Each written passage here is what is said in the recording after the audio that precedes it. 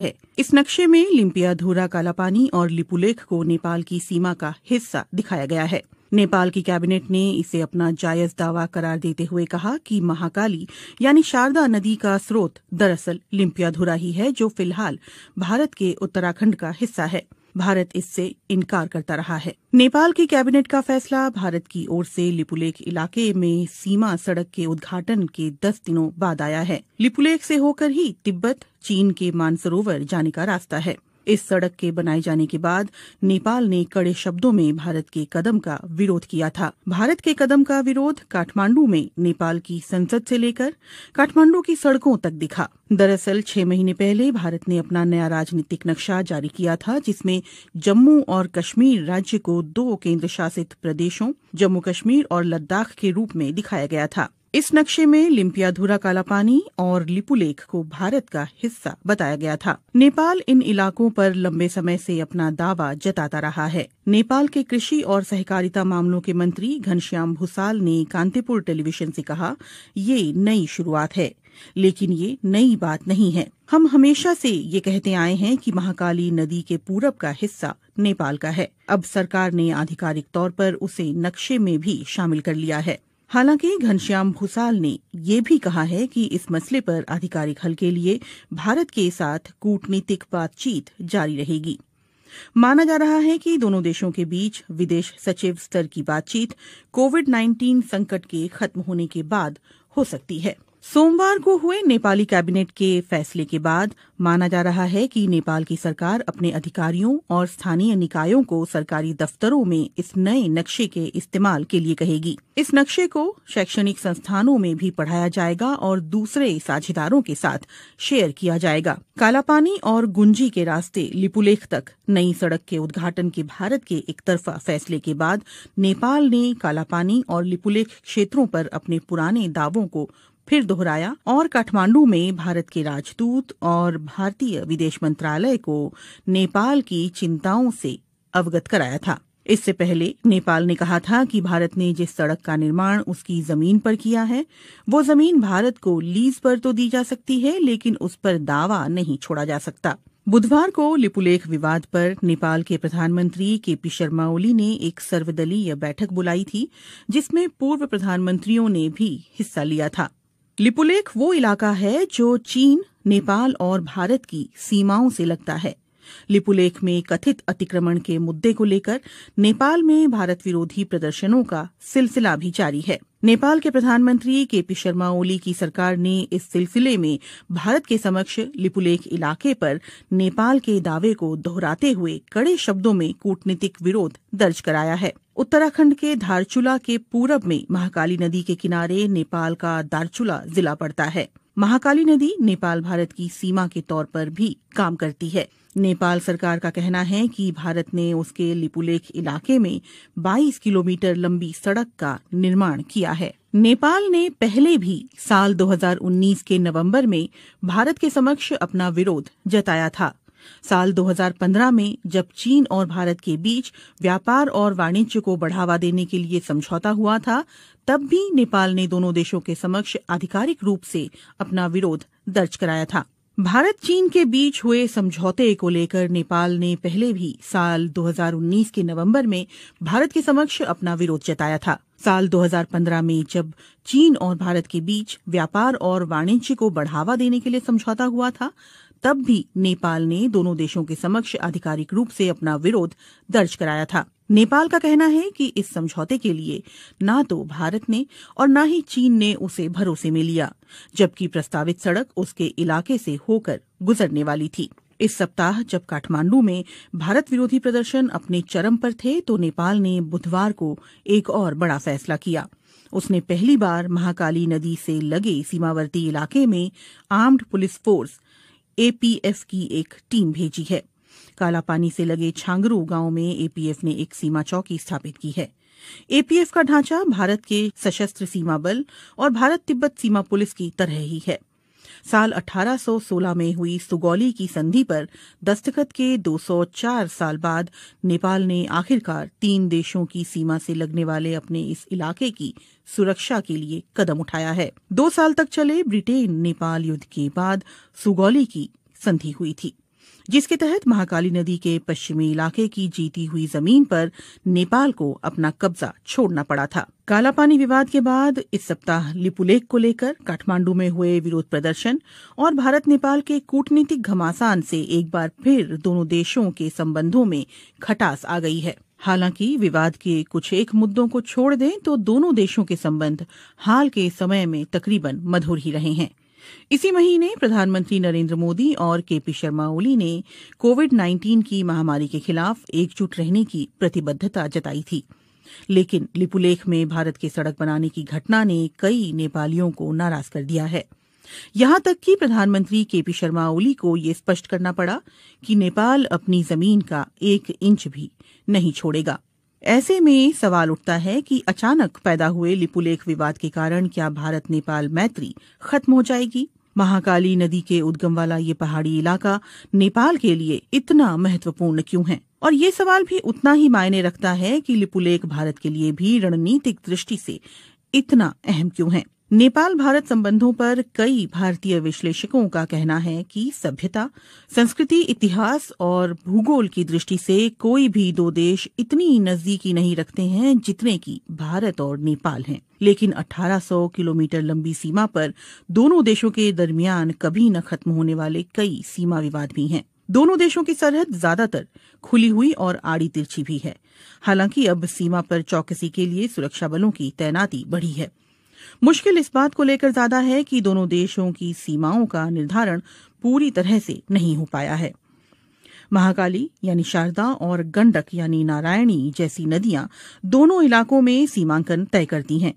वहां मॉनसून के दिनों में आने वाली बाढ़ से तस्वीर बदल जाती है। नदियों का रुख भी साल दर साल बदलता रहता है। कई जगहों पर तो सीमा तय करने वाले पुराने खंभे अभी भी खड़े हैं, लेकिन स्थानीय लोग भी उनकी कद्र नहीं करते। सामान्य परिस्थितियों में लोगों का एक देश से दूसरे देश आना जाना लगा रहता है। भारत और नेपाल के सर्वे अधिकारी और टेक्नीशियंस सालों की साझा कोशिश के बावजूद अभी तक कोई ऐसा नक्शा नहीं बना पाए हैं जिस पर दोनों देश सहमत हों। नेपाल के सर्वे विभाग के पूर्व महानिदेशक बुद्धिनारायण श्रेष्ठ की रिपोर्ट के मुताबिक साल 1850 और 1856 में भारत और नेपाली अधिकारियों ने मिलकर एक नक्शा तैयार किया था। बुद्धिनारायण श्रेष्ठ के मुताबिक महाकाली नदी लिम्पियाधुरा कालापानी से उत्तर पश्चिम में 16 किलोमीटर दूर से निकलती है और सुगौली की संधि में इस नदी को दोनों देशों की सरहद करार दिया गया था। इसलिए इससे साबित होता है कि कालापानी नेपाल का हिस्सा है। लेकिन भारत इन नक्शों को सबूत के तौर पर स्वीकार करने से इनकार करता है। भारतीय पक्ष का कहना है कि इसकी जगह 1875 के नक्शे पर विचार किया जाना चाहिए, जिसमें महाकाली नदी का उद्गम कालापानी के पूर्व में दिखलाया गया था। गौरतलब है कि 1875 के नक्शे पर नेपाल के दस्तखत नहीं हैं। काठमांडू में इस मामले पर जानकारी रखने वाले अधिकारियों का कहना है कि नेपाल और भारत की सीमा के निर्धारण का काम ज्यादातर पूरा कर लिया गया है। हालांकि नदी वाले इलाकों में ये काम पूरा नहीं हो पाया है। नेपाल की पश्चिमी सीमा पर महाकाली नदी और दक्षिणी सीमा पर गंडक नदी दोनों देशों की सीमा निर्धारण करती है, लेकिन यहाँ नक्शा तय करने का काम अभी भी अधूरा है। दोनों देशों के सर्वे अधिकारी और टेक्नीशियंस महाकाली और गंडक नदी पर सीमांकन के बिंदुओं के निर्धारण पर सहमत नहीं हो पा रहे हैं, क्योंकि नदियों के बहाव की दिशा बदलती रहती है। इन नदियों का रुख बीते दशकों में लगातार बदलता रहा है। लिपुलेख का विवाद ऐसे ही इलाके से जुड़ा हुआ है। नेपाल का कहना रहा है कि लिपुलेख पर्वत महाकाली नदी के पूर्व में स्थित है, जिसकी वजह से कुदरती तौर पर ये इलाका नेपाल का हिस्सा बन जाता है। और ये बात सुगौली की संधि में भी साफ तौर पर कही गई है। एनसाइक्लोपीडिया ब्रिटानिका के अनुसार सुगौली की संधि से ब्रिटेन नेपाल युद्ध की औपचारिक तौर पर समाप्ति हुई थी। संधि की शर्तों के तहत नेपाल ने तराई के विवादास्पद इलाके और महाकाली नदी के पश्चिम में सतलुज नदी के किनारे तक जीती हुई जमीन पर अपना दावा छोड़ दिया था। अगर सुगौली की संधि ये स्पष्ट रूप से कहती है कि महाकाली नदी का पूर्व का इलाका नेपाल का है, तो फिर समस्या कहाँ है? नेपाली इतिहासकारों और सर्वे अधिकारियों का कहना है कि दोनों देशों के बीच गलतफहमी इस बात को लेकर है कि महाकाली नदी का उद्गम स्थल कहाँ है, और विवाद की जड़ यही है। इसीलिए सवाल उठता है कि महाकाली नदी कहाँ से निकलती है, लिम्पियाधुरा की पहाड़ियों से या फिर लिपुलेख से? गुंजी गांव के पास जहां लिपुलेख जाने वाली सीमा सड़क बीते शुक्रवार खोली गई थी, वहां 2 छोटी नदियां आकर मिलती है। एक धारा दक्षिण पूर्व के लिम्पियाधुरा की पहाड़ियों से निकलकर आती है, तो दूसरी धारा दक्षिण में लिपुलेख से आती है। नेपाल के विशेषज्ञ और अधिकारियों का कहना है कि महाकाली नदी लिम्पियाधुरा से निकलकर उत्तर पश्चिम में भारत के उत्तराखंड की ओर बढ़ती है, लेकिन इसके ठीक उलट भारतीय पक्ष का कहना है कि महाकाली नदी का रुख नेपाल की ओर उत्तर पूर्व में है। उनका कहना है कि लिपुलेख से निकलने वाली जलधारा ही दरअसल महाकाली नदी का स्रोत है और इसी से दोनों पड़ोसी देशों की सीमाओं का निर्धारण होता है। 8 मई को लिपुलेख के लिए सड़क मार्ग खोले जाने के बाद आई नेपाल की कड़ी प्रतिक्रिया पर भारत ने इस फैसले का बचाव करते हुए कहा कि किसी भी नेपाली क्षेत्र का अतिक्रमण नहीं किया गया है और ये सीमा सड़क कैलाश मानसरोवर की पारंपरिक धार्मिक यात्रा के रूट पर ही बनाई गई है। लेकिन नेपाली इतिहासकारों, अधिकारियों और जहां से भारत ने 8 मई को लिपुलेख जाने वाली सड़क का रास्ता खोला है, यानी गुंजी गांव के लोगों का ये कहना है कि नेपाली पक्ष के पास इस बात को लेकर पर्याप्त सबूत हैं कि सुगौली की संधि के अनुसार लिपुलेख और उस इलाके के कई गांव नेपाली क्षेत्र में आते हैं। विवाद दूसरे इलाकों को लेकर भी है। नेपाल की सरकार लगातार इस बात पर जोर देती रही है कि लिपुलेख और गुंजी गांव के अलावा भारत ने महाकाली नदी के उत्तर में उससे लगे कई इलाकों पर भी अपना कब्जा कर रखा है, जिसमें कालापानी भी शामिल है। कालापानी में भारत चीन युद्ध के दौरान 1950 में आईटीबीपी ने अपनी चौकी स्थापित की थी। इसके अलावा सुदूर पश्चिम में स्थित लिम्पियाधुरा को लेकर भी दोनों देशों के बीच विवाद है। वहीं नेपाल की राष्ट्रीय राजनीति में 3 दशक से भी ज्यादा समय से महाकाली कालापानी का मुद्दा उठता रहा है। नेपाल के सर्वे विभाग के अधिकारियों का कहना है कि लिपुलेख और कालापानी हिमालय क्षेत्र के सुदूर इलाके हैं जहां पहुंचना बहुत मुश्किल है और वहां कोई इंसानी आबादी नहीं रहती। यही वजह है कि नेपाल ने वहां सीमा सुरक्षा चौकी स्थापित नहीं की।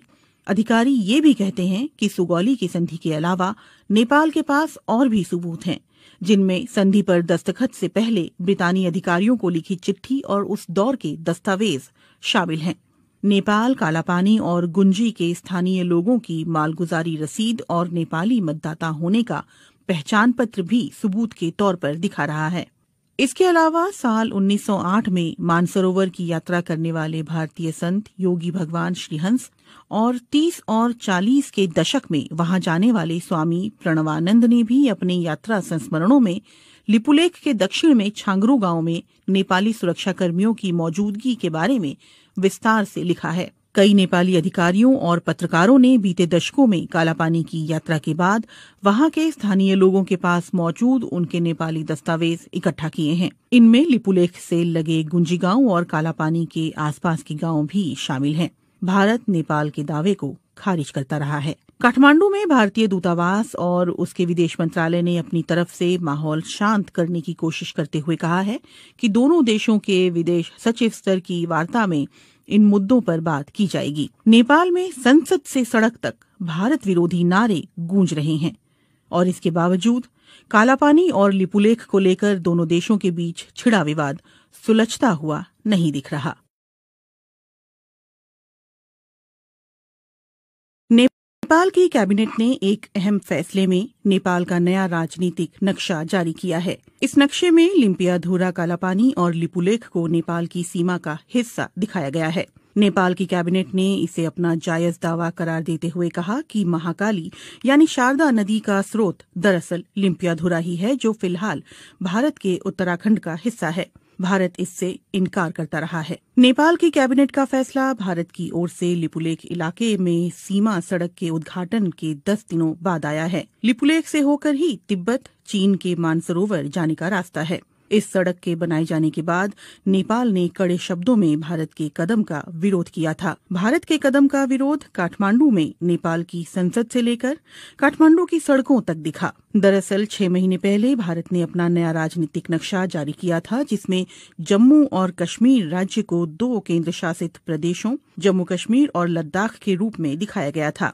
इस नक्शे में लिम्पियाधुरा कालापानी और लिपुलेख को भारत का हिस्सा बताया गया था। नेपाल इन इलाकों पर लंबे समय से अपना दावा जताता रहा है। नेपाल के कृषि और सहकारिता मामलों के मंत्री घनश्याम भूसाल ने कांतिपुर टेलीविजन से कहा, ये नई शुरुआत है, लेकिन ये नई बात नहीं है। हम हमेशा से ये कहते आए हैं कि महाकाली नदी के पूरब का हिस्सा नेपाल का है। अब सरकार ने आधिकारिक तौर पर उसे नक्शे में भी शामिल कर लिया है। हालांकि घनश्याम भूसाल ने ये भी कहा है कि इस मसले पर आधिकारिक हल के लिए भारत के साथ कूटनीतिक बातचीत जारी रहेगी।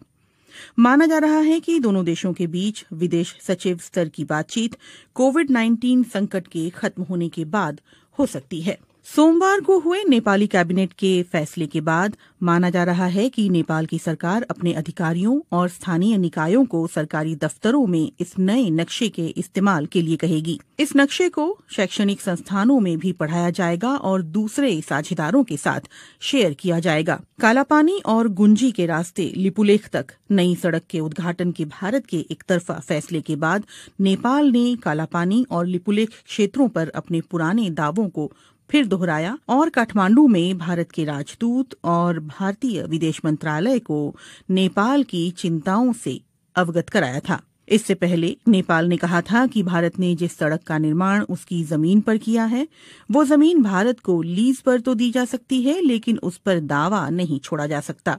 बुधवार को लिपुलेख विवाद पर नेपाल के प्रधानमंत्री केपी शर्मा ओली ने एक सर्वदलीय बैठक बुलाई थी, जिसमें पूर्व प्रधानमंत्रियों ने भी हिस्सा लिया था। लिपुलेख वो इलाका है जो चीन, नेपाल और भारत की सीमाओं से लगता है। लिपुलेख में कथित अतिक्रमण के मुद्दे को लेकर नेपाल में भारत विरोधी प्रदर्शनों का सिलसिला भी जारी है। नेपाल के प्रधानमंत्री केपी शर्मा ओली की सरकार ने इस सिलसिले में भारत के समक्ष लिपुलेख इलाके पर नेपाल के दावे को दोहराते हुए कड़े शब्दों में कूटनीतिक विरोध दर्ज कराया है। उत्तराखंड के धारचूला के पूरब में महाकाली नदी के किनारे नेपाल का दारचूला जिला पड़ता है। महाकाली नदी नेपाल भारत की सीमा के तौर पर भी काम करती है। नेपाल सरकार का कहना है कि भारत ने उसके लिपुलेख इलाके में 22 किलोमीटर लंबी सड़क का निर्माण किया है। नेपाल ने पहले भी साल 2019 के नवंबर में भारत के समक्ष अपना विरोध जताया था। साल 2015 में जब चीन और भारत के बीच व्यापार और वाणिज्य को बढ़ावा देने के लिए समझौता हुआ था, तब भी नेपाल ने दोनों देशों के समक्ष आधिकारिक रूप से अपना विरोध दर्ज कराया था। भारत चीन के बीच हुए समझौते को लेकर नेपाल ने पहले भी साल 2019 के नवंबर में भारत के समक्ष अपना विरोध जताया था। साल 2015 में जब चीन और भारत के बीच व्यापार और वाणिज्य को बढ़ावा देने के लिए समझौता हुआ था, तब भी नेपाल ने दोनों देशों के समक्ष आधिकारिक रूप से अपना विरोध दर्ज कराया था। नेपाल का कहना है कि इस समझौते के लिए ना तो भारत ने और ना ही चीन ने उसे भरोसे में लिया, जबकि प्रस्तावित सड़क उसके इलाके से होकर गुजरने वाली थी। इस सप्ताह जब काठमांडू में भारत विरोधी प्रदर्शन अपने चरम पर थे, तो नेपाल ने बुधवार को एक और बड़ा फैसला किया।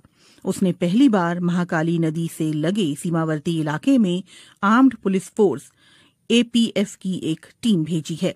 कालापानी से लगे छांगरू गांव में एपीएफ ने एक सीमा चौकी स्थापित की है। एपीएफ का ढांचा भारत के सशस्त्र सीमा बल और भारत तिब्बत सीमा पुलिस की तरह ही है।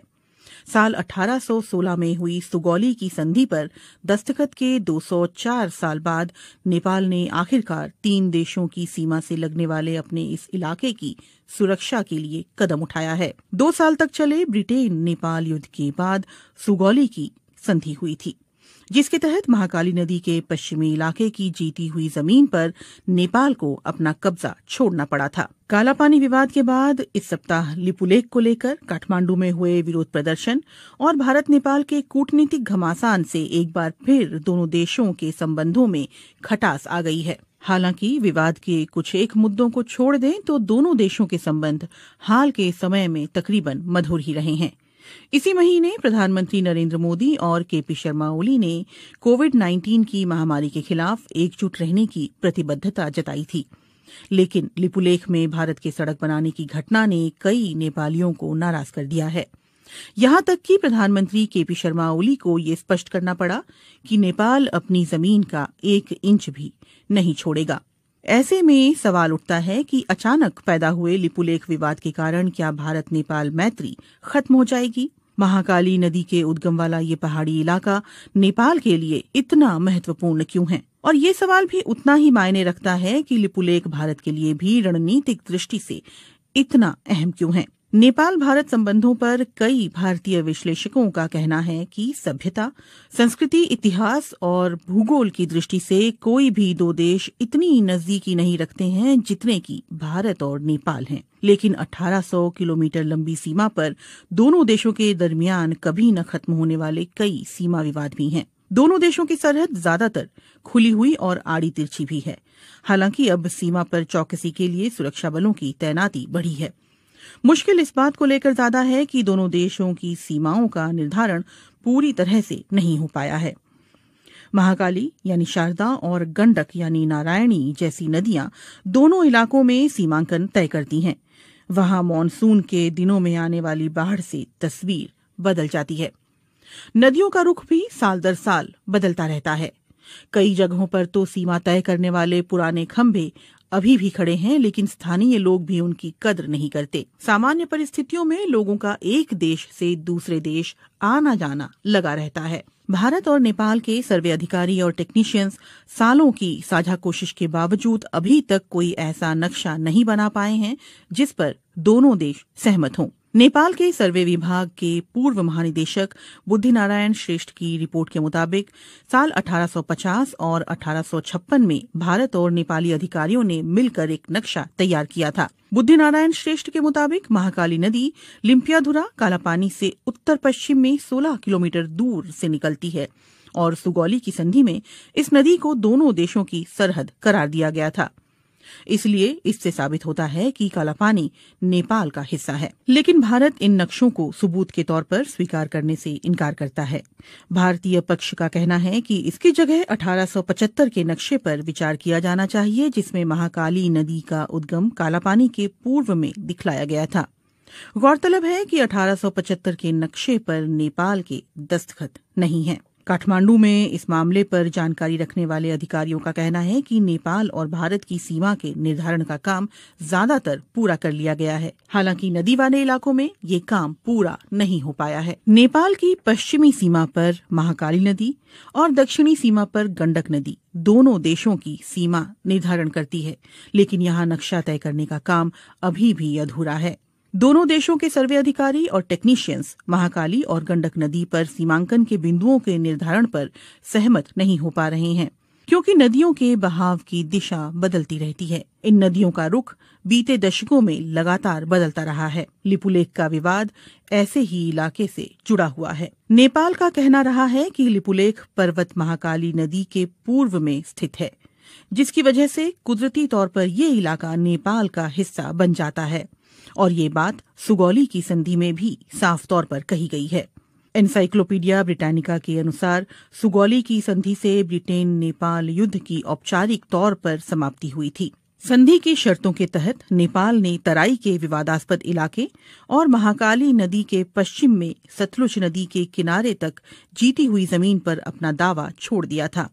अगर सुगौली की संधि ये स्पष्ट रूप से कहती है कि महाकाली नदी का पूर्व का इलाका नेपाल का है, तो फिर समस्या कहाँ है? नेपाली इतिहासकारों और सर्वे अधिकारियों का कहना है कि दोनों देशों के बीच गलतफहमी इस बात को लेकर है कि महाकाली नदी का उद्गम स्थल कहाँ है, और विवाद की जड़ यही है। इसीलिए सवाल उठता है कि महाकाली नदी कहाँ से निकलती है, लिम्पियाधुरा की पहाड़ियों से या फिर लिपुलेख से?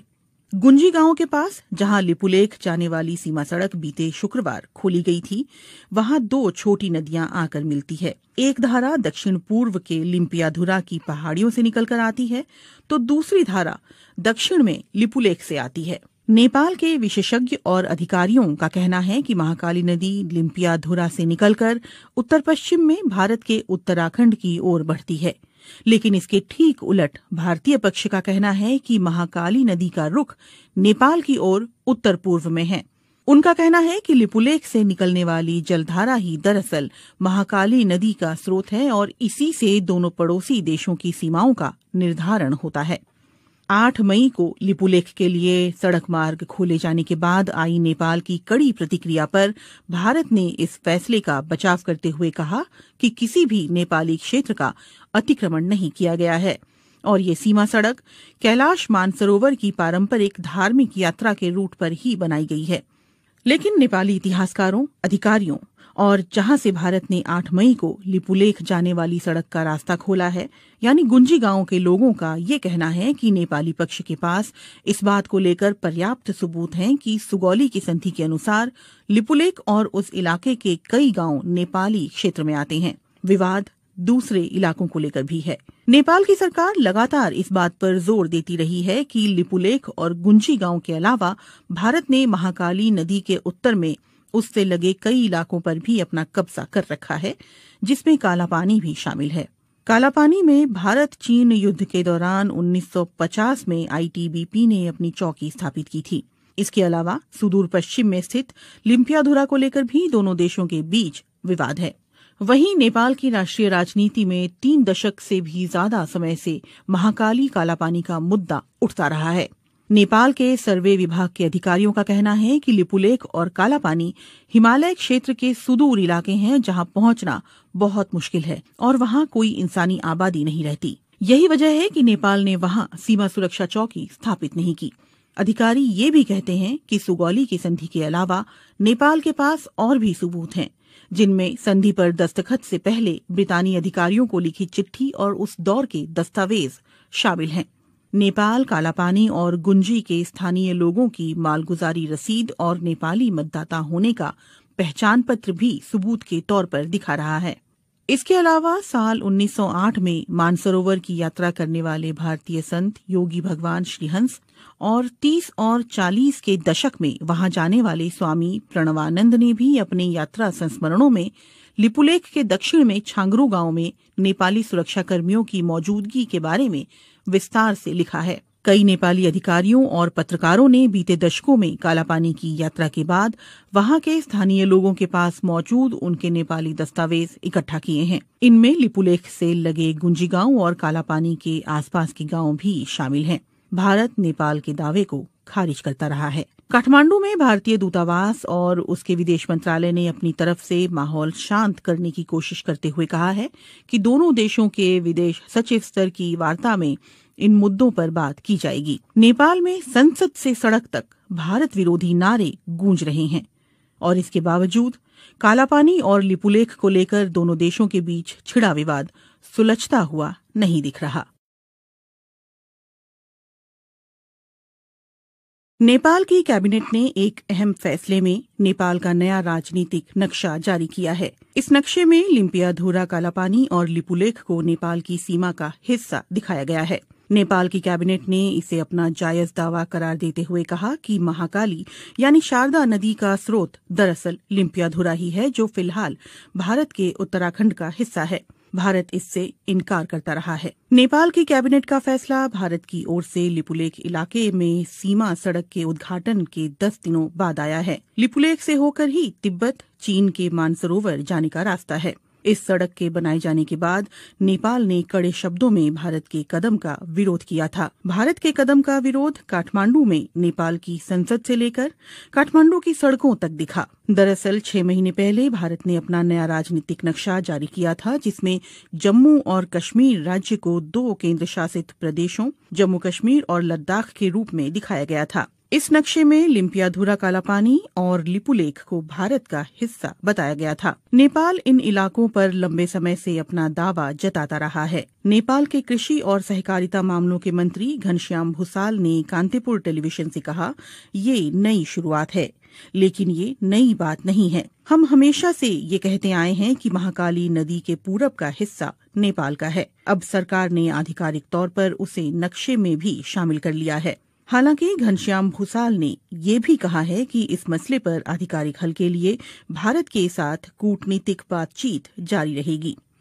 माना जा रहा है कि दोनों देशों के बीच विदेश सचिव स्तर की बातचीत कोविड-19 संकट के खत्म होने के बाद हो सकती है। सोमवार को हुए नेपाली कैबिनेट के फैसले के बाद माना जा रहा है कि नेपाल की सरकार अपने अधिकारियों और स्थानीय निकायों को सरकारी दफ्तरों में इस नए नक्शे के इस्तेमाल के लिए कहेगी। इस नक्शे को शैक्षणिक संस्थानों में भी पढ़ाया जाएगा और दूसरे साझेदारों के साथ शेयर किया जाएगा। कालापानी और गुंजी के रास्ते लिपुलेख तक नई सड़क के उद्घाटन के भारत के एक तरफा फैसले के बाद नेपाल ने कालापानी और लिपुलेख क्षेत्रों पर अपने पुराने दावों को फिर दोहराया और काठमांडू में भारत के राजदूत और भारतीय विदेश मंत्रालय को नेपाल की चिंताओं से अवगत कराया था। इससे पहले नेपाल ने कहा था कि भारत ने जिस सड़क का निर्माण उसकी जमीन पर किया है वो जमीन भारत को लीज पर तो दी जा सकती है, लेकिन उस पर दावा नहीं छोड़ा जा सकता। बुधवार को लिपुलेख विवाद पर नेपाल के प्रधानमंत्री केपी शर्मा ओली ने एक सर्वदलीय बैठक बुलाई थी, जिसमें पूर्व प्रधानमंत्रियों ने भी हिस्सा लिया था। लिपुलेख वो इलाका है जो चीन, नेपाल और भारत की सीमाओं से लगता है। लिपुलेख में कथित अतिक्रमण के मुद्दे को लेकर नेपाल में भारत विरोधी प्रदर्शनों का सिलसिला भी जारी है। नेपाल के प्रधानमंत्री केपी शर्मा ओली की सरकार ने इस सिलसिले में भारत के समक्ष लिपुलेख इलाके पर नेपाल के दावे को दोहराते हुए कड़े शब्दों में कूटनीतिक विरोध दर्ज कराया है। उत्तराखंड के धारचूला के पूरब में महाकाली नदी के किनारे नेपाल का दारचूला जिला पड़ता है। महाकाली नदी नेपाल भारत की सीमा के तौर पर भी काम करती है। नेपाल सरकार का कहना है कि भारत ने उसके लिपुलेख इलाके में 22 किलोमीटर लंबी सड़क का निर्माण किया है। नेपाल ने पहले भी साल 2019 के नवंबर में भारत के समक्ष अपना विरोध जताया था। साल 2015 में जब चीन और भारत के बीच व्यापार और वाणिज्य को बढ़ावा देने के लिए समझौता हुआ था, तब भी नेपाल ने दोनों देशों के समक्ष आधिकारिक रूप से अपना विरोध दर्ज कराया था। भारत चीन के बीच हुए समझौते को लेकर नेपाल ने पहले भी साल 2019 के नवंबर में भारत के समक्ष अपना विरोध जताया था। साल 2015 में जब चीन और भारत के बीच व्यापार और वाणिज्य को बढ़ावा देने के लिए समझौता हुआ था, तब भी नेपाल ने दोनों देशों के समक्ष आधिकारिक रूप से अपना विरोध दर्ज कराया था। नेपाल का कहना है कि इस समझौते के लिए न तो भारत ने और न ही चीन ने उसे भरोसे में लिया, जबकि प्रस्तावित सड़क उसके इलाके से होकर गुजरने वाली थी। इस सप्ताह जब काठमांडू में भारत विरोधी प्रदर्शन अपने चरम पर थे, तो नेपाल ने बुधवार को एक और बड़ा फैसला किया। उसने पहली बार महाकाली नदी से लगे सीमावर्ती इलाके में आर्म्ड पुलिस फोर्स एपीएफ की एक टीम भेजी है। कालापानी से लगे छांगरू गांव में एपीएफ ने एक सीमा चौकी स्थापित की है। एपीएफ का ढांचा भारत के सशस्त्र सीमा बल और भारत तिब्बत सीमा पुलिस की तरह ही है। साल 1816 में हुई सुगौली की संधि पर दस्तखत के 204 साल बाद नेपाल ने आखिरकार 3 देशों की सीमा से लगने वाले अपने इस इलाके की सुरक्षा के लिए कदम उठाया है। 2 साल तक चले ब्रिटेन नेपाल युद्ध के बाद सुगौली की संधि हुई थी, जिसके तहत महाकाली नदी के पश्चिमी इलाके की जीती हुई जमीन पर नेपाल को अपना कब्जा छोड़ना पड़ा था। कालापानी विवाद के बाद इस सप्ताह लिपुलेख को लेकर काठमांडू में हुए विरोध प्रदर्शन और भारत नेपाल के कूटनीतिक घमासान से एक बार फिर दोनों देशों के संबंधों में खटास आ गई है। हालांकि विवाद के कुछ एक मुद्दों को छोड़ दें तो दोनों देशों के संबंध हाल के समय में तकरीबन मधुर ही रहे हैं। इसी महीने प्रधानमंत्री नरेंद्र मोदी और केपी शर्मा ओली ने कोविड-19 की महामारी के खिलाफ एकजुट रहने की प्रतिबद्धता जताई थी, लेकिन लिपुलेख में भारत के सड़क बनाने की घटना ने कई नेपालियों को नाराज कर दिया है। यहां तक कि प्रधानमंत्री केपी शर्मा ओली को ये स्पष्ट करना पड़ा कि नेपाल अपनी जमीन का 1 इंच भी नहीं छोड़ेगा। ऐसे में सवाल उठता है कि अचानक पैदा हुए लिपुलेख विवाद के कारण क्या भारत नेपाल मैत्री खत्म हो जाएगी? महाकाली नदी के उद्गम वाला ये पहाड़ी इलाका नेपाल के लिए इतना महत्वपूर्ण क्यों है? और ये सवाल भी उतना ही मायने रखता है कि लिपुलेख भारत के लिए भी रणनीतिक दृष्टि से इतना अहम क्यों है? नेपाल भारत संबंधों पर कई भारतीय विश्लेषकों का कहना है कि सभ्यता, संस्कृति, इतिहास और भूगोल की दृष्टि से कोई भी 2 देश इतनी नजदीकी नहीं रखते हैं जितने कि भारत और नेपाल हैं। लेकिन 1800 किलोमीटर लंबी सीमा पर दोनों देशों के दरमियान कभी न खत्म होने वाले कई सीमा विवाद भी हैं। दोनों देशों की सरहद ज्यादातर खुली हुई और आड़ी तिरछी भी है। हालांकि अब सीमा पर चौकसी के लिए सुरक्षा बलों की तैनाती बढ़ी है। मुश्किल इस बात को लेकर ज्यादा है कि दोनों देशों की सीमाओं का निर्धारण पूरी तरह से नहीं हो पाया है। महाकाली यानी शारदा और गंडक यानी नारायणी जैसी नदियां दोनों इलाकों में सीमांकन तय करती हैं। वहां मॉनसून के दिनों में आने वाली बाढ़ से तस्वीर बदल जाती है। नदियों का रुख भी साल दर साल बदलता रहता है। कई जगहों पर तो सीमा तय करने वाले पुराने खंभे अभी भी खड़े हैं, लेकिन स्थानीय लोग भी उनकी कद्र नहीं करते। सामान्य परिस्थितियों में लोगों का एक देश से दूसरे देश आना जाना लगा रहता है। भारत और नेपाल के सर्वे अधिकारी और टेक्नीशियंस सालों की साझा कोशिश के बावजूद अभी तक कोई ऐसा नक्शा नहीं बना पाए हैं जिस पर दोनों देश सहमत हों। नेपाल के सर्वे विभाग के पूर्व महानिदेशक बुद्धिनारायण श्रेष्ठ की रिपोर्ट के मुताबिक साल 1850 और 1856 में भारत और नेपाली अधिकारियों ने मिलकर एक नक्शा तैयार किया था। बुद्धिनारायण श्रेष्ठ के मुताबिक महाकाली नदी लिम्पियाधुरा कालापानी से उत्तर पश्चिम में 16 किलोमीटर दूर से निकलती है और सुगौली की संधि में इस नदी को दोनों देशों की सरहद करार दिया गया था। इसलिए इससे साबित होता है कि कालापानी नेपाल का हिस्सा है। लेकिन भारत इन नक्शों को सबूत के तौर पर स्वीकार करने से इनकार करता है। भारतीय पक्ष का कहना है कि इसकी जगह 1875 के नक्शे पर विचार किया जाना चाहिए, जिसमें महाकाली नदी का उद्गम कालापानी के पूर्व में दिखलाया गया था। गौरतलब है कि 1875 के नक्शे पर नेपाल के दस्तखत नहीं हैं। काठमांडू में इस मामले पर जानकारी रखने वाले अधिकारियों का कहना है कि नेपाल और भारत की सीमा के निर्धारण का काम ज्यादातर पूरा कर लिया गया है। हालांकि नदी वाले इलाकों में ये काम पूरा नहीं हो पाया है। नेपाल की पश्चिमी सीमा पर महाकाली नदी और दक्षिणी सीमा पर गंडक नदी दोनों देशों की सीमा निर्धारण करती है, लेकिन यहाँ नक्शा तय करने का काम अभी भी अधूरा है। दोनों देशों के सर्वे अधिकारी और टेक्नीशियंस महाकाली और गंडक नदी पर सीमांकन के बिंदुओं के निर्धारण पर सहमत नहीं हो पा रहे हैं, क्योंकि नदियों के बहाव की दिशा बदलती रहती है। इन नदियों का रुख बीते दशकों में लगातार बदलता रहा है। लिपुलेख का विवाद ऐसे ही इलाके से जुड़ा हुआ है। नेपाल का कहना रहा है कि लिपुलेख पर्वत महाकाली नदी के पूर्व में स्थित है, जिसकी वजह से कुदरती तौर पर ये इलाका नेपाल का हिस्सा बन जाता है, और ये बात सुगौली की संधि में भी साफ तौर पर कही गई है।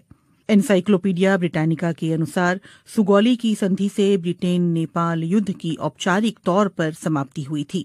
संधि की शर्तों के तहत नेपाल ने तराई के विवादास्पद इलाके और महाकाली नदी के पश्चिम में सतलुज नदी के किनारे तक जीती हुई जमीन पर अपना दावा छोड़ दिया था। अगर सुगौली की संधि ये स्पष्ट रूप से कहती है कि महाकाली नदी का पूर्व का इलाका नेपाल का है, तो फिर समस्या कहाँ है? नेपाली इतिहासकारों और सर्वे अधिकारियों का कहना है कि दोनों देशों के बीच गलतफहमी इस बात को लेकर है कि महाकाली नदी का उद्गम स्थल कहाँ है, और विवाद की जड़ यही है। इसीलिए सवाल उठता है कि महाकाली नदी कहाँ से निकलती है, लिम्पियाधुरा की पहाड़ियों से या फिर लिपुलेख से। गुंजी गांव के पास जहां लिपुलेख जाने वाली सीमा सड़क बीते शुक्रवार खोली गई थी, वहां दो छोटी नदियां आकर मिलती है। एक धारा दक्षिण पूर्व के लिम्पियाधुरा की पहाड़ियों से निकलकर आती है, तो दूसरी धारा दक्षिण में लिपुलेख से आती है। नेपाल के विशेषज्ञ और अधिकारियों का कहना है कि महाकाली नदी लिम्पियाधुरा से निकलकर उत्तर पश्चिम में भारत के उत्तराखंड की ओर बढ़ती है, लेकिन इसके ठीक उलट भारतीय पक्ष का कहना है कि महाकाली नदी का रुख नेपाल की ओर उत्तर पूर्व में है। उनका कहना है कि लिपुलेख से निकलने वाली जलधारा ही दरअसल महाकाली नदी का स्रोत है और इसी से दोनों पड़ोसी देशों की सीमाओं का निर्धारण होता है। 8 मई को लिपुलेख के लिए सड़क मार्ग खोले जाने के बाद आई नेपाल की कड़ी प्रतिक्रिया पर भारत ने इस फैसले का बचाव करते हुए कहा कि किसी भी नेपाली क्षेत्र का अतिक्रमण नहीं किया गया है और ये सीमा सड़क कैलाश मानसरोवर की पारंपरिक धार्मिक यात्रा के रूट पर ही बनाई गई है। लेकिन नेपाली इतिहासकारों, अधिकारियों और जहां से भारत ने 8 मई को लिपुलेख जाने वाली सड़क का रास्ता खोला है, यानी गुंजी गांव के लोगों का ये कहना है कि नेपाली पक्ष के पास इस बात को लेकर पर्याप्त सबूत हैं कि सुगौली की संधि के अनुसार लिपुलेख और उस इलाके के कई गांव नेपाली क्षेत्र में आते हैं। विवाद दूसरे इलाकों को लेकर भी है। नेपाल की सरकार लगातार इस बात पर जोर देती रही है कि लिपुलेख और गुंजी गांव के अलावा भारत ने महाकाली नदी के उत्तर में उससे लगे कई इलाकों पर भी अपना कब्जा कर रखा है, जिसमें काला पानी भी शामिल है। कालापानी में भारत चीन युद्ध के दौरान 1950 में आईटीबीपी ने अपनी चौकी स्थापित की थी। इसके अलावा सुदूर पश्चिम में स्थित लिम्पियाधुरा को लेकर भी दोनों देशों के बीच विवाद है। वहीं नेपाल की राष्ट्रीय राजनीति में 3 दशक से भी ज्यादा समय से महाकाली कालापानी का मुद्दा उठता रहा है। नेपाल के सर्वे विभाग के अधिकारियों का कहना है कि लिपुलेख और कालापानी हिमालय क्षेत्र के सुदूर इलाके हैं जहां पहुंचना बहुत मुश्किल है और वहां कोई इंसानी आबादी नहीं रहती। यही वजह है कि नेपाल ने वहां सीमा सुरक्षा चौकी स्थापित नहीं की। अधिकारी ये भी कहते हैं कि सुगौली की संधि के अलावा नेपाल के पास और भी सबूत हैं, जिनमें संधि पर दस्तखत से पहले ब्रितानी अधिकारियों को लिखी चिट्ठी और उस दौर के दस्तावेज शामिल हैं। नेपाल कालापानी और गुंजी के स्थानीय लोगों की मालगुजारी रसीद और नेपाली मतदाता होने का पहचान पत्र भी सबूत के तौर पर दिखा रहा है। इसके अलावा साल 1908 में मानसरोवर की यात्रा करने वाले भारतीय संत योगी भगवान श्रीहंस और 30 और 40 के दशक में वहां जाने वाले स्वामी प्रणवानंद ने भी अपने यात्रा संस्मरणों में लिपुलेख के दक्षिण में छांगरू गांव में नेपाली सुरक्षा कर्मियों की मौजूदगी के बारे में विस्तार से लिखा है। कई नेपाली अधिकारियों और पत्रकारों ने बीते दशकों में कालापानी की यात्रा के बाद वहां के स्थानीय लोगों के पास मौजूद उनके नेपाली दस्तावेज इकट्ठा किए हैं। इनमें लिपुलेख से लगे गुंजी गांव और कालापानी के आसपास के गांव भी शामिल हैं। भारत नेपाल के दावे को खारिज करता रहा है। काठमांडू में भारतीय दूतावास और उसके विदेश मंत्रालय ने अपनी तरफ से माहौल शांत करने की कोशिश करते हुए कहा है कि दोनों देशों के विदेश सचिव स्तर की वार्ता में इन मुद्दों पर बात की जाएगी। नेपाल में संसद से सड़क तक भारत विरोधी नारे गूंज रहे हैं और इसके बावजूद कालापानी और लिपुलेख को लेकर दोनों देशों के बीच छिड़ा विवाद सुलझता हुआ नहीं दिख रहा। नेपाल की कैबिनेट ने एक अहम फैसले में नेपाल का नया राजनीतिक नक्शा जारी किया है। इस नक्शे में लिम्पियाधुरा कालापानी और लिपुलेख को नेपाल की सीमा का हिस्सा दिखाया गया है। नेपाल की कैबिनेट ने इसे अपना जायज दावा करार देते हुए कहा कि महाकाली यानी शारदा नदी का स्रोत दरअसल लिम्पियाधुरा ही है, जो फिलहाल भारत के उत्तराखंड का हिस्सा है। भारत इससे इनकार करता रहा है। नेपाल की कैबिनेट का फैसला भारत की ओर से लिपुलेख इलाके में सीमा सड़क के उद्घाटन के 10 दिनों बाद आया है। लिपुलेख से होकर ही तिब्बत चीन के मानसरोवर जाने का रास्ता है। इस सड़क के बनाए जाने के बाद नेपाल ने कड़े शब्दों में भारत के कदम का विरोध किया था। भारत के कदम का विरोध काठमांडू में नेपाल की संसद से लेकर काठमांडू की सड़कों तक दिखा। दरअसल 6 महीने पहले भारत ने अपना नया राजनीतिक नक्शा जारी किया था, जिसमें जम्मू और कश्मीर राज्य को 2 केंद्र शासित प्रदेशों जम्मू कश्मीर और लद्दाख के रूप में दिखाया गया था। इस नक्शे में लिम्पियाधुरा कालापानी और लिपुलेख को भारत का हिस्सा बताया गया था। नेपाल इन इलाकों पर लंबे समय से अपना दावा जताता रहा है। नेपाल के कृषि और सहकारिता मामलों के मंत्री घनश्याम भूसाल ने कांतिपुर टेलीविजन से कहा, ये नई शुरुआत है, लेकिन ये नई बात नहीं है। हम हमेशा से ये कहते आए हैं कि महाकाली नदी के पूरब का हिस्सा नेपाल का है। अब सरकार ने आधिकारिक तौर पर उसे नक्शे में भी शामिल कर लिया है। हालांकि घनश्याम भूसाल ने ये भी कहा है कि इस मसले पर आधिकारिक हल के लिए भारत के साथ कूटनीतिक बातचीत जारी रहेगी।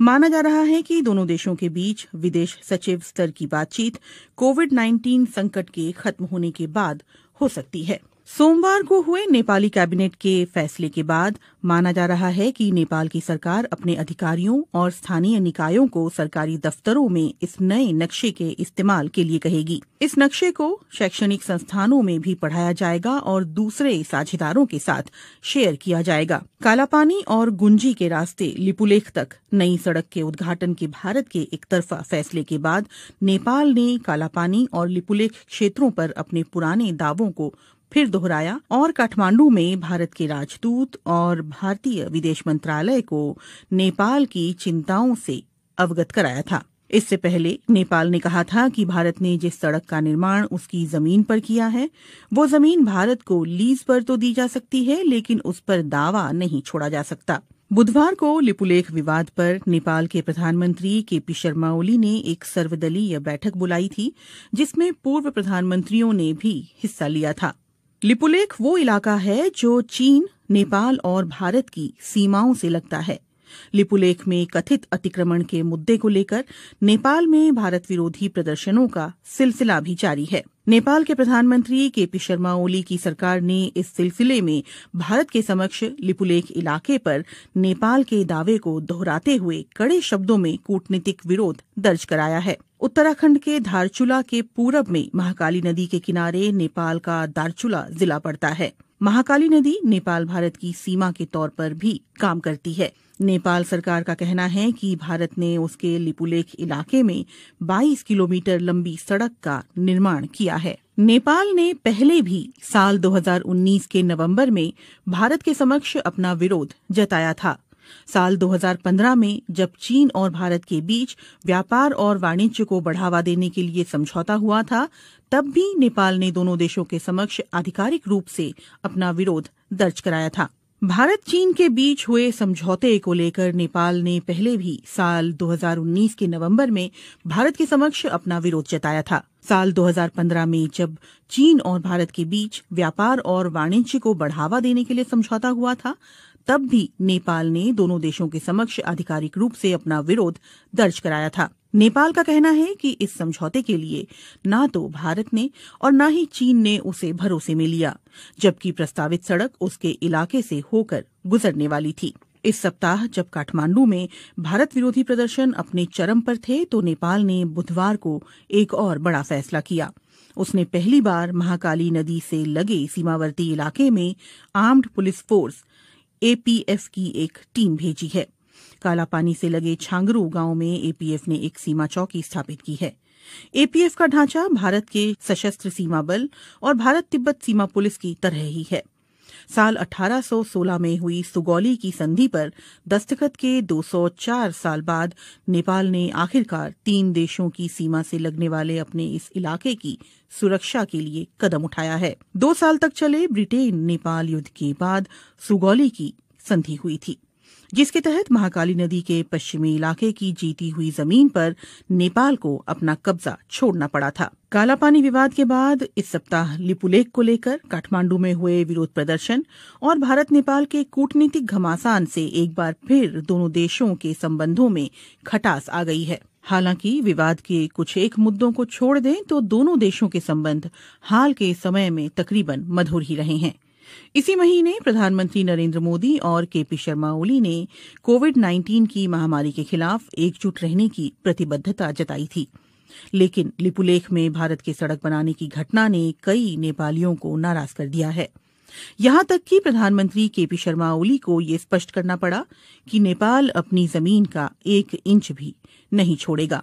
ऐसे में सवाल उठता है कि अचानक पैदा हुए लिपुलेख विवाद के कारण क्या भारत नेपाल मैत्री खत्म हो जाएगी? महाकाली नदी के उद्गम वाला ये पहाड़ी इलाका नेपाल के लिए इतना महत्वपूर्ण क्यों है? और ये सवाल भी उतना ही मायने रखता है कि लिपुलेख भारत के लिए भी रणनीतिक दृष्टि से इतना अहम क्यों है? नेपाल भारत संबंधों पर कई भारतीय विश्लेषकों का कहना है कि सभ्यता, संस्कृति, इतिहास और भूगोल की दृष्टि से कोई भी 2 देश इतनी नजदीकी नहीं रखते हैं जितने कि भारत और नेपाल हैं। लेकिन 1800 किलोमीटर लंबी सीमा पर दोनों देशों के दरमियान कभी न खत्म होने वाले कई सीमा विवाद भी हैं। दोनों देशों की सरहद ज्यादातर खुली हुई और आड़ी तिरछी भी है। हालांकि अब सीमा पर चौकसी के लिए सुरक्षा बलों की तैनाती बढ़ी है। मुश्किल इस बात को लेकर ज्यादा है कि दोनों देशों की सीमाओं का निर्धारण पूरी तरह से नहीं हो पाया है। महाकाली यानी शारदा और गंडक यानी नारायणी जैसी नदियां दोनों इलाकों में सीमांकन तय करती हैं। वहां मॉनसून के दिनों में आने वाली बाढ़ से तस्वीर बदल जाती है। नदियों का रुख भी साल दर साल बदलता रहता है। कई जगहों पर तो सीमा तय करने वाले पुराने खंभे अभी भी खड़े हैं, लेकिन स्थानीय लोग भी उनकी कद्र नहीं करते। सामान्य परिस्थितियों में लोगों का एक देश से दूसरे देश आना जाना लगा रहता है। भारत और नेपाल के सर्वे अधिकारी और टेक्नीशियंस सालों की साझा कोशिश के बावजूद अभी तक कोई ऐसा नक्शा नहीं बना पाए हैं जिस पर दोनों देश सहमत हों। नेपाल के सर्वे विभाग के पूर्व महानिदेशक बुद्धिनारायण श्रेष्ठ की रिपोर्ट के मुताबिक साल 1850 और 1856 में भारत और नेपाली अधिकारियों ने मिलकर एक नक्शा तैयार किया था। बुद्धिनारायण श्रेष्ठ के मुताबिक महाकाली नदी लिम्पियाधुरा कालापानी से उत्तर पश्चिम में 16 किलोमीटर दूर से निकलती है और सुगौली की संधि में इस नदी को दोनों देशों की सरहद करार दिया गया था। इसलिए इससे साबित होता है कि कालापानी नेपाल का हिस्सा है। लेकिन भारत इन नक्शों को सबूत के तौर पर स्वीकार करने से इनकार करता है। भारतीय पक्ष का कहना है कि इसकी जगह 1875 के नक्शे पर विचार किया जाना चाहिए, जिसमें महाकाली नदी का उद्गम कालापानी के पूर्व में दिखलाया गया था।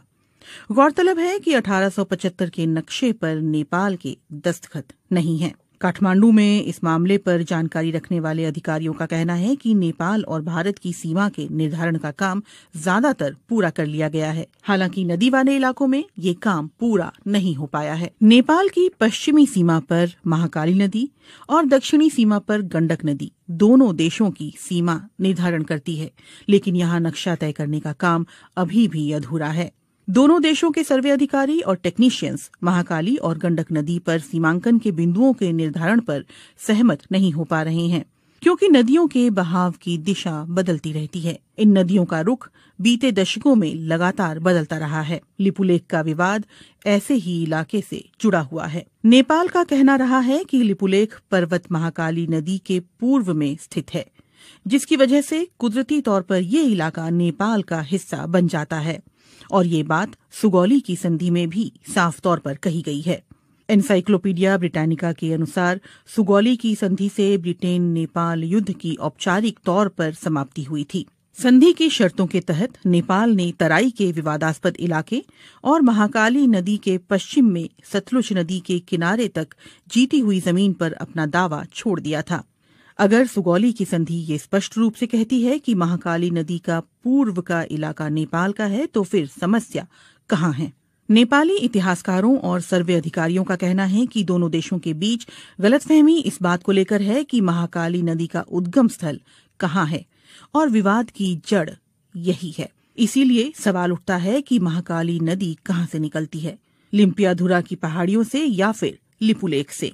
गुंजी गांव के पास जहां लिपुलेख जाने वाली सीमा सड़क बीते शुक्रवार खोली गई थी, वहां दो छोटी नदियां आकर मिलती है। एक धारा दक्षिण पूर्व के लिम्पियाधुरा की पहाड़ियों से निकलकर आती है, तो दूसरी धारा दक्षिण में लिपुलेख से आती है। नेपाल के विशेषज्ञ और अधिकारियों का कहना है कि महाकाली नदी लिम्पियाधुरा से निकलकर उत्तर पश्चिम में भारत के उत्तराखंड की ओर बढ़ती है, लेकिन इसके ठीक उलट भारतीय पक्ष का कहना है कि महाकाली नदी का रुख नेपाल की ओर उत्तर पूर्व में है। उनका कहना है कि लिपुलेख से निकलने वाली जलधारा ही दरअसल महाकाली नदी का स्रोत है, और इसी से दोनों पड़ोसी देशों की सीमाओं का निर्धारण होता है। 8 मई को लिपुलेख के लिए सड़क मार्ग खोले जाने के बाद आई नेपाल की कड़ी प्रतिक्रिया पर भारत ने इस फैसले का बचाव करते हुए कहा कि किसी भी नेपाली क्षेत्र का अतिक्रमण नहीं किया गया है, और ये सीमा सड़क कैलाश मानसरोवर की पारंपरिक धार्मिक यात्रा के रूट पर ही बनाई गई है। लेकिन नेपाली इतिहासकारों, अधिकारियों और जहां से भारत ने 8 मई को लिपुलेख जाने वाली सड़क का रास्ता खोला है, यानी गुंजी गांव के लोगों का ये कहना है कि नेपाली पक्ष के पास इस बात को लेकर पर्याप्त सबूत हैं कि सुगौली की संधि के अनुसार लिपुलेख और उस इलाके के कई गांव नेपाली क्षेत्र में आते हैं। विवाद दूसरे इलाकों को लेकर भी है। नेपाल की सरकार लगातार इस बात पर जोर देती रही है कि लिपुलेख और गुंजी गांव के अलावा भारत ने महाकाली नदी के उत्तर में उससे लगे कई इलाकों पर भी अपना कब्जा कर रखा है, जिसमें कालापानी भी शामिल है। कालापानी में भारत चीन युद्ध के दौरान 1950 में आईटीबीपी ने अपनी चौकी स्थापित की थी। इसके अलावा सुदूर पश्चिम में स्थित लिम्पियाधुरा को लेकर भी दोनों देशों के बीच विवाद है। वहीं नेपाल की राष्ट्रीय राजनीति में 3 दशक से भी ज्यादा समय से महाकाली कालापानी का मुद्दा उठता रहा है। नेपाल के सर्वे विभाग के अधिकारियों का कहना है कि लिपुलेख और कालापानी हिमालय क्षेत्र के सुदूर इलाके हैं, जहां पहुंचना बहुत मुश्किल है और वहां कोई इंसानी आबादी नहीं रहती। यही वजह है कि नेपाल ने वहां सीमा सुरक्षा चौकी स्थापित नहीं की। अधिकारी ये भी कहते हैं कि सुगौली की संधि के अलावा नेपाल के पास और भी सबूत हैं, जिनमें संधि पर दस्तखत से पहले ब्रितानी अधिकारियों को लिखी चिट्ठी और उस दौर के दस्तावेज शामिल हैं। नेपाल कालापानी और गुंजी के स्थानीय लोगों की मालगुजारी रसीद और नेपाली मतदाता होने का पहचान पत्र भी सबूत के तौर पर दिखा रहा है।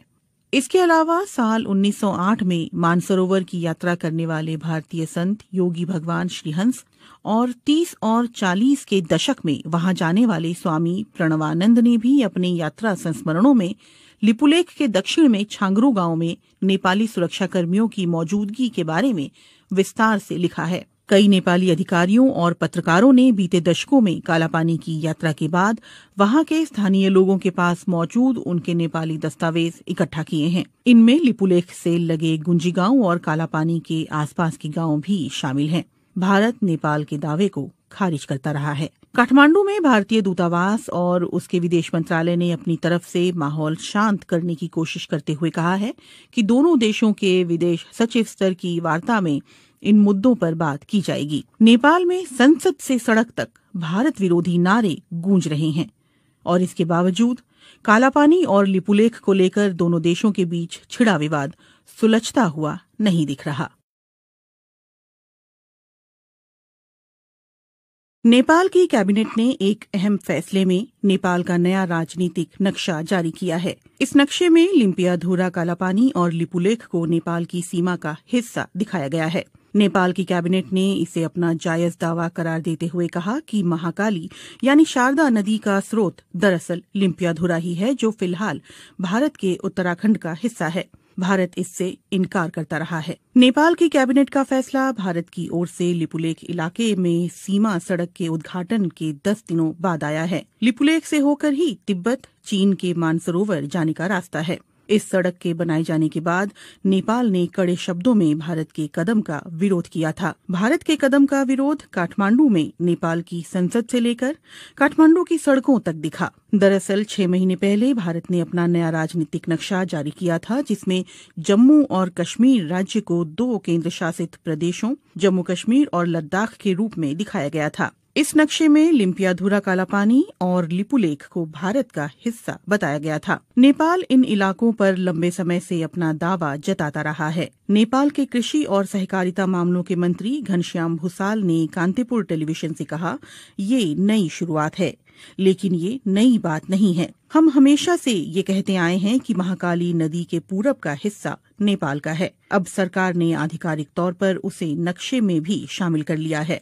हालांकि घनश्याम भूसाल ने ये भी कहा है कि इस मसले पर आधिकारिक हल के लिए भारत के साथ कूटनीतिक बातचीत जारी रहेगी।